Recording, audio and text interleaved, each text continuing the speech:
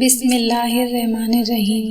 شداد کے دور حکومت میں حضرت ہود علیہ السلام اللہ کے نبی تھے اور آپ ہمیشہ شداد کو ایمان کی دعوت دیتے تھے۔ ایک دن شداد نے پوچھا، اگر میں آپ کی باتوں پر ایمان لے آؤں تو آپ مجھے کیا انعام دیں گے؟ حضرت ہود علیہ السلام نے فرمایا، اللہ تعالیٰ تجھے جنت دے گا جس میں تو ہمیشہ چین سے رہے گا۔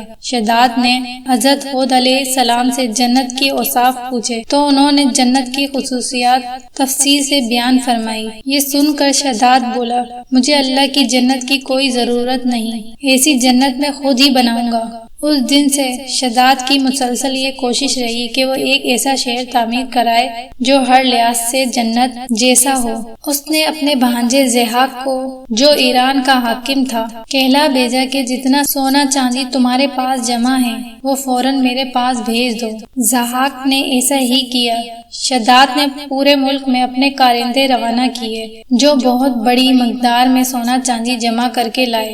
شداد نے جنت بنانے کے لیے ملک شام میں ایک صحت افزا مقام کا انتخاب کیا اور ماہر معماروں کے ذریعے وہاں ایک مضبوط اور مستحکم فصیل تعمیر کروائی، جس کے اندر سونے اور چاندی کا محل تعمیر کرایا اور اس کی دیواروں کو قیمتی جواہر سے سجایا۔ اس نے شہر کے وسط میں ایک ایسی نہر بنوائی جس کے پانی میں سنگریزوں کی بجائے ہیرے جواہرات بہتے تھے۔ سونے کے ایسے درخت لگوائے جن کے خوشوں میں مشک و عنبر بھرا گیا تھا۔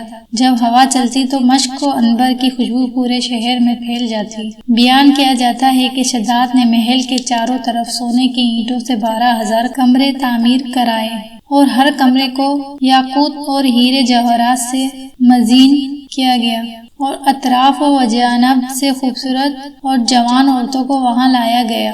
یہ عظیم الشان جنت نما شہر 500 سال میں مکمل ہوا اور شداد کو اس کی تکمیل کی اطلاع دی گئی۔ اطلاع ملتے ہی شداد بہت بڑا لشکر لے کر اپنی جنت کی جانب روانہ ہو گیا۔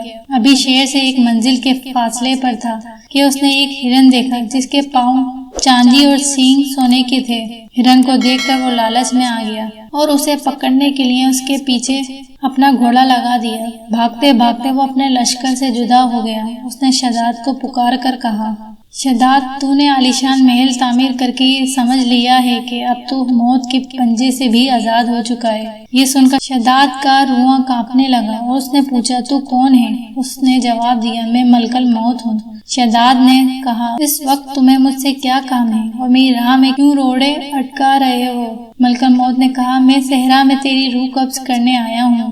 شداد نے کہا، مجھے کم از کم اتنی مہلت دے دو کہ میں اپنی بنائی ہوئی جنت کو اپنی آنکھوں سے دیکھ لوں۔ ملک الموت نے اجازت نہ دی، چنانچہ شداد گھوڑے سے گرا اور مر گیا۔ اس کے لشکر نے ایک آسمانی چنگھاڑ سنی تو پورے کا پورا شہر آن واحد میں ختم ہو گیا اور جنت جانے کے بجائے ملک عدم پہنچ گیا۔ ایک دفعہ اللہ تعالیٰ نے ملک الموت سے پوچھا، روح قبض کرتے ہوئے تمہیں کبھی کسی پر ترس بھی آیا ہے؟ ملک الموت نے عرض کیا، جی ہاں، 2 دفعہ مجھے بڑا ترس آیا ہے۔ پہلی دفعہ اس وقت جب سمندر میں ایک ماں اپنے شیر خوار بچے کے ہمراہ سفر کر رہی تھی۔ سمندر میں طوفان آیا، کشتی ٹکڑے ٹکڑے ہو گئی۔ وہ ماں ایک تختے پر اپنے نوزائیدہ بچے کو سینے سے لگائے سمندر میں ہچکولے کھا رہی تھی۔ اس وقت مجھے آپ کا حکم ملا کہ اس عورت کی روح قبض کر لی جائے۔ چنانچہ میں نے اس عورت کی روح قبض کر لی اور وہ بچہ اس تختے پر اکیلا رہ گیا۔ پھر وہ تختہ ایک جزیرے پر جا لگا اور دوسری مرتبہ مجھے شداد کی روح قبض کرتے ہوئے بڑا ترس آیا۔